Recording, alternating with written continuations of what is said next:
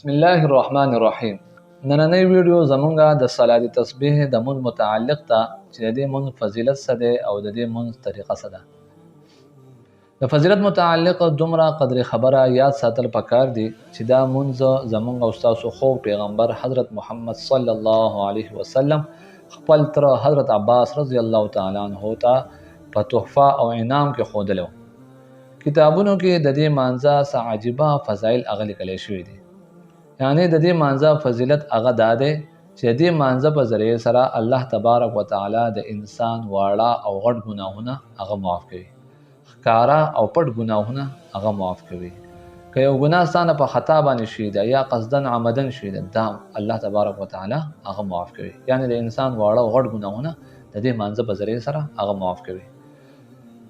دغه شانتي د دې مانځه نه وروسته انسان په اخلاص سره په صحیح نیت سره دعا وغواړي الله تبارک وتعالی ورته دغه دعا هغه قبلوي.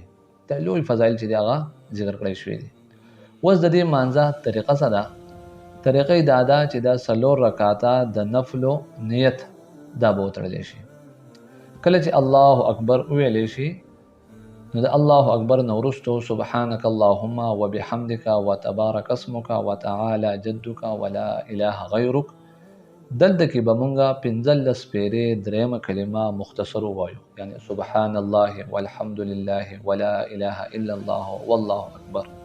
د دې نه پس الحمد شریف به ووایو بیا صورت او کله چې صورت ختم شي نو بیا به 10 پیرې دغه درېمه کلمه مختصر ووایو. بیا چې کله رکوع ته لاړ شو په رکوع کې د سبحان ربي العظیم نو وروسته 10 پیرې بیا دغه درېمه کلمه هغه به ووایو.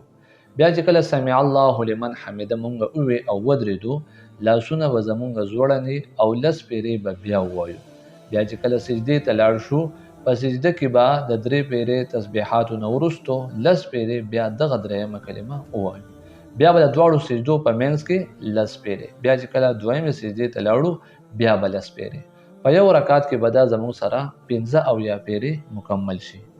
بیا چې کله مونږه دویم رکعت ته پاسېدو نو د ټولو نه اول بیا به په اوله کې 15 پیرې سبحان الله والحمد لله ولا اله الا الله والله اکبر دا وایو. بیا بسم الله والحمد بیا صورت بیا 10 پیرې.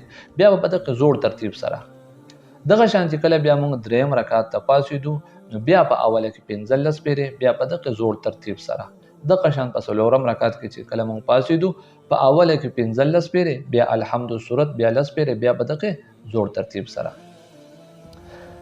دا یو انتهایی مجرب عمل له په دې سره الله تبارک وتعالی د انسان مسائل مشکلات هغه د فقې هغه ختمي. نن سبا هر انسان چې د په مشکلاتو کې د په مسایلو کې د په بیمارو کې د او په قرضو کې د نو که انسان دې مانځه ته لږه توجه وکړي 15-20 منټ ول وکړي الله تبارک وتعالی ورته دغه مسایل دغه مشکلات هغه دفع کړي هغه ورته ختم کړي.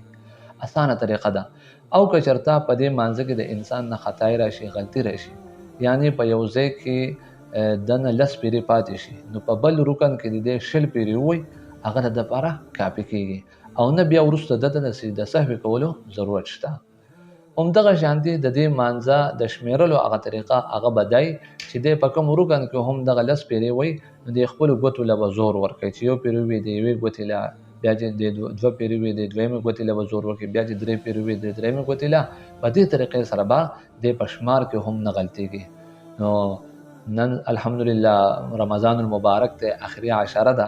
په دې کې کوشش دا پکار دی پتاغ شپو کې چې مونږ او تاسو په دغه کوشش وکړو دا مونږ هغه وکړو. نبی علیه الصلاۃ والسلام خپل ترته وی چې دا وست کېږي نو کوشش کوه چې هر ورځ وکړي او که هر ورځ نشي په هفته کې او که هفته کې نشي په میاشت کې که په میاشت کې نشي په کال کې او که په کال کې نشي نو په عمر کې یو پیر خامخا کول پکار دی. نو دغه تعلیم دا مونږ او تاسو ته هم دی که زمونږ او تاسو وس او طاقت کېږي چې روزانه وکړو. که روزانه نه هفته او که هفته نه په میاشت کې نه په کال کې نو وس دغه رمضان المبارک دغه اخري 10 ده او په تاغ شپو کې چې د مونږ او تاسو کوشش وکړو یو به الله تبارک وتعالی مونږ ته د ليله القدر هغه فضیلت هغه اجر او ثواب راکړي. بل په دغه شپه باندې مونږ دغه صلات تسبیح مز وکړو دا به نور علی نور او ډبل اجر او ثواب وي. نو دې متعلق زمونږ او ستاسو خویندو ورونو ډېرو خلکو تپوسونه کول. نو ان شاء الله که دغه د دې ویډیو په ذریعه سره په دغه باندې څوک عمل وکړي نو دا به زمونږ او ستاسو دپاره باعث اجر او ثواب وي او زمونږ او ستاسو دپاره به دا صدقه جاریه وي. الله تبارک وتعالى دې د مال او تاسو ټول په دې باندې عمل کولو توفیق راکړي. واخر دعوانا ان الحمد لله رب العالمين.